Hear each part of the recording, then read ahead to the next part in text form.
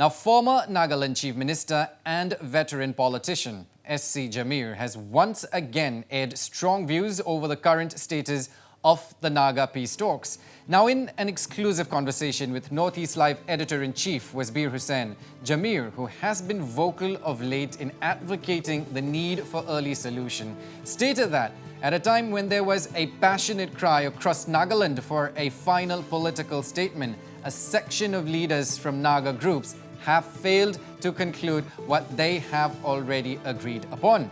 Well, Jamir questioned as to why, after signing the two agreements, one in August 2015 and another in November 2017, after detailed discussions for close to 30 years, the groups have not been able to ink the final solution.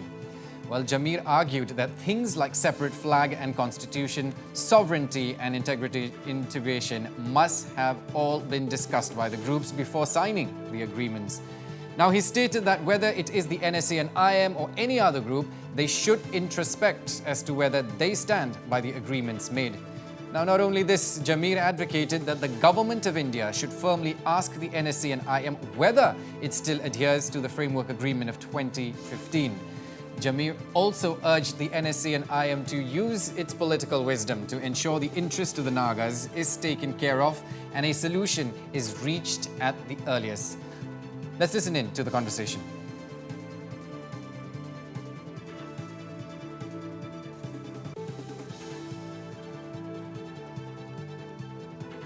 I am now joined by veteran Naga political leader, former Chief Minister, former Governor, Dr. SC Jamir. Dr. SC Jamir, you have written an article recently where you have said that only a handful of Nagas are demanding or interested in maintaining status quo as far as the Naga peace process is concerned. What do you exactly mean by that? Well, there is a passionate cry all over the state for final political settlement. And this is a decision to be made for the people. And when the entire people there cry for this settlement, still a section of the underground, they have not been able to conclude whatever they have said, written, agreed. And therefore, I said a section of the people continue to withhold this final settlement. Right. Now, what do you think it should be the role of the state government? For that matter, do you consider the state government as a facilitator or not? I think it is only between the government of India and the leaders of the Naga underground.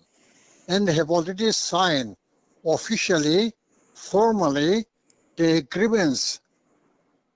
One on 3rd August 2015, the other one is on 17 November 2017. And this was again endorsed on 31st October 2019. What more can we expect also? Right.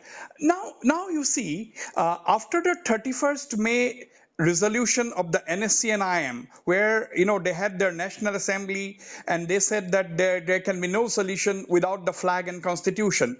Now, whose responsibility is it now, according to you, to break this deadlock and move ahead?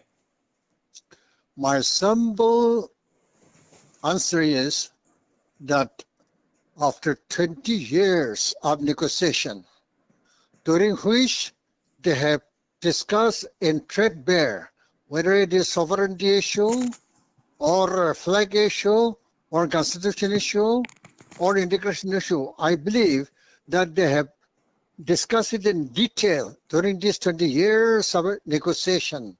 And therefore, when they put all this in writing or committed to writing in the form of agreement, I think they should honor whatever they have already done, because immediately after signature, after the signing of the agreement or during that time, they have not raised these issues.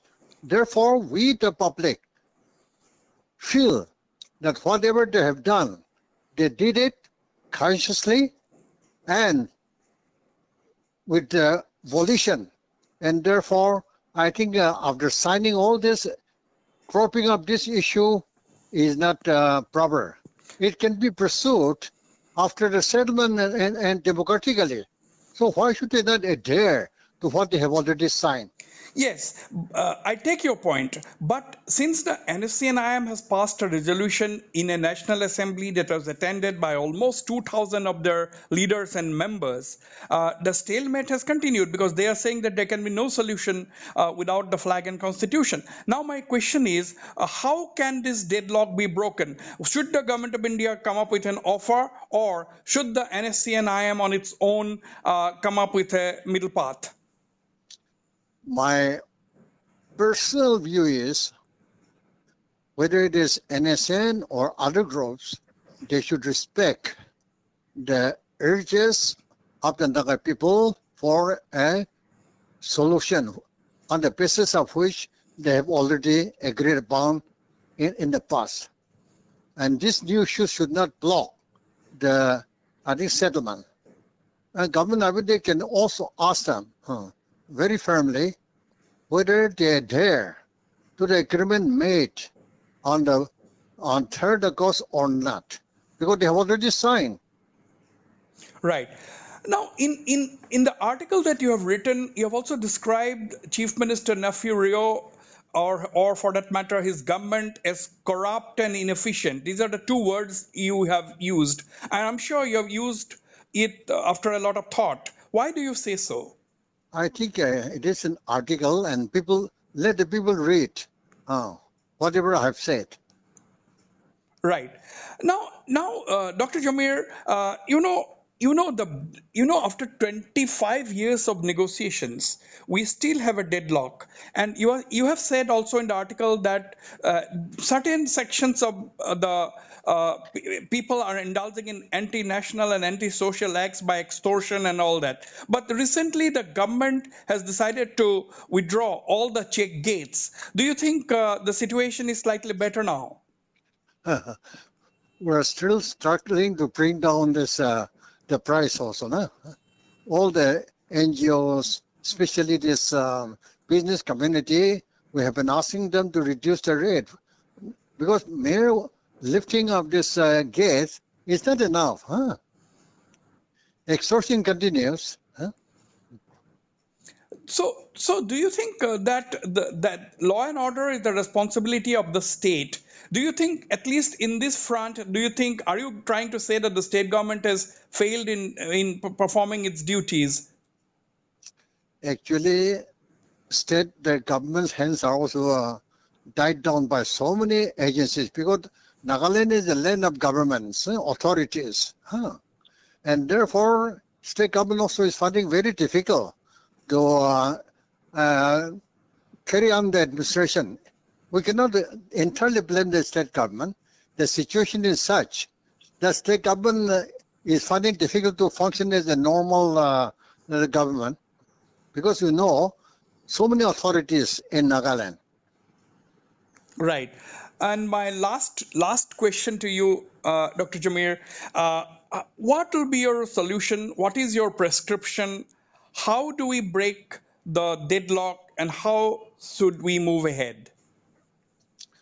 My very simple and very genuine suggestion is, now that at least the NBG's group have already agreed, so also NSCN-IM also should follow suit accordingly, so that the people of Nagaland will have, I think, this Naga people also can enjoy peace and stability as any other states in the country. And therefore, it depends upon the, I think, political wisdom of this NSCN-IM is concerned. And I hope, since they have already drawn up an agreement, it is in the best interest of the Naga people as well as government of India at this juncture, because they don't have magic wand. They cannot proceed further than this. And therefore, I think they should use their political wisdom in the interest of the Naga people.